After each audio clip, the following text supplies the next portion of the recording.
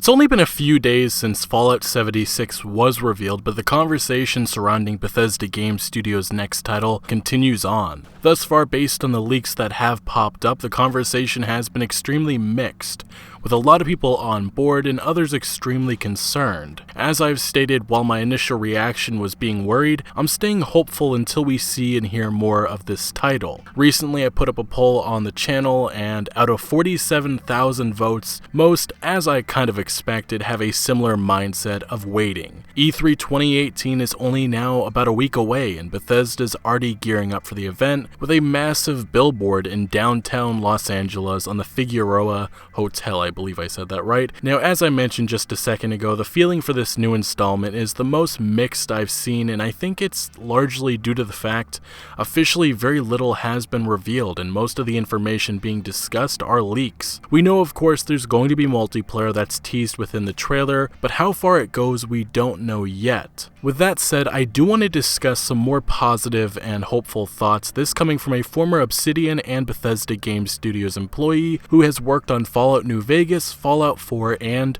Fallout 76. He's not a current employee, as I believe he mentions he left the studio about a year ago, but he currently is a senior programmer at Sony Santa Monica, and his name is John Burke. If you check his LinkedIn profile, he worked at Obsidian Entertainment from 2009 to 2014, and Bethesda Game Studios from 2015 to 2017. Anyway, he posted on the Fallout subreddit, "Not going to lie, I just want more Fallout," in which he says, "So much hate going on in the Reddit/Fallout, it makes me a little sad to see, but I guess I shouldn't be surprised. I've honestly loved every iteration of the game for different reasons, just posting a few favorite memories of each." And then he would follow that by touching on each Fallout game, sharing a memory. I'll leave a link in the description if you'd like to read his full thoughts, but I did like what he said about Fallout 4, saying, "We are doing what? Wait, how? How freaking big is this world? I managed to put over 300 hours into this game before we shipped it. I have not played post-shipping much,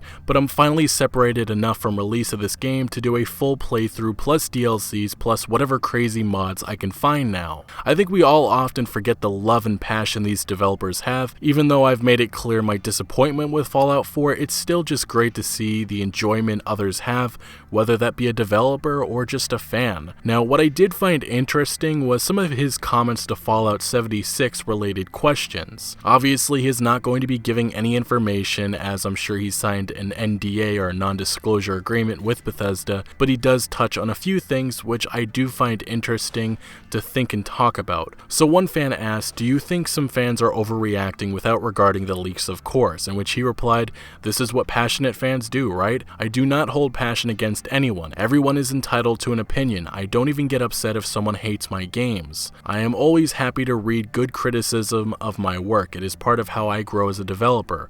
The only thing that bothers me is when people become toxic towards each other or towards developers. Fastest way for a developer to ignore your input is to be a crap-flinging troll." Next, someone would also state their excitement as Bethesda has a long track record of delivering fun games, but also adding that they are welcome to change, in which John would reply, "This change can be good. A stagnant series is a series that dies. I hate when I see people say they wish sequels were never made, as if a new game ruins an old game somehow. They are different experiences made by different people at a different time." Another individual this time asked, "Do you think that the people in this sub will be happy with 76 when we get more details?" In which he would reply, "I hope so. I always want people to be happy about games. That's the point of video games, right?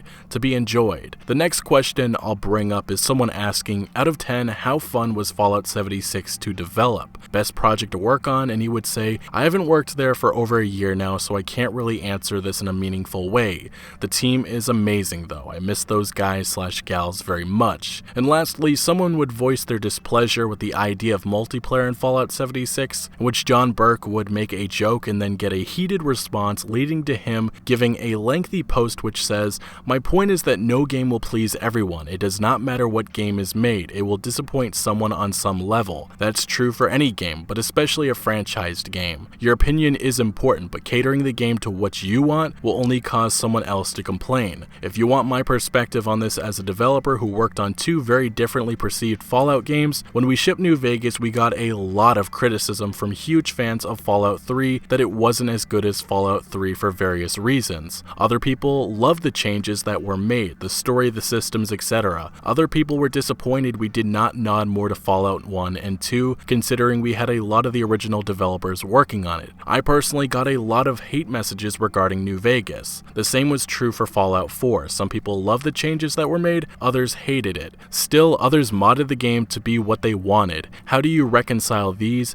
Do you ignore one group? Is one group more important than the other? Neither group is more right. It's subjective and opinion based. Believe me, when I say this is something that is discussed at some level for every game, my personal opinion is that I love certain aspects of all of the games, but I would not want a new Fallout 1 or 2. I've already played them 100 times. Again, my personal opinion has no weight as to what gets made or does not. I don't even work there anymore, and when I did, I was not in a position of that level of decision-making power by any means. I'm just an engineer. So a lot of this is indirectly talking about the changes coming to Fallout 76, and you can see a theme that innovating and changing is important. We still have minimal details on Fallout 76, but I gotta say, these comments really have made me a little bit more hopeful and open to the changes coming. I'm sure some don't care for any changes at all, and I understand that, but this is a Fallout spinoff. There's a reason why it's not Fallout 5, and from a gameplay perspective, when we hear Rust clone, we obviously become fearful, but this is still a role-playing game, and I've enjoyed every Bethesda Game Studios title. Sure, I've had my issues with like Fallout 4, but it is still a good game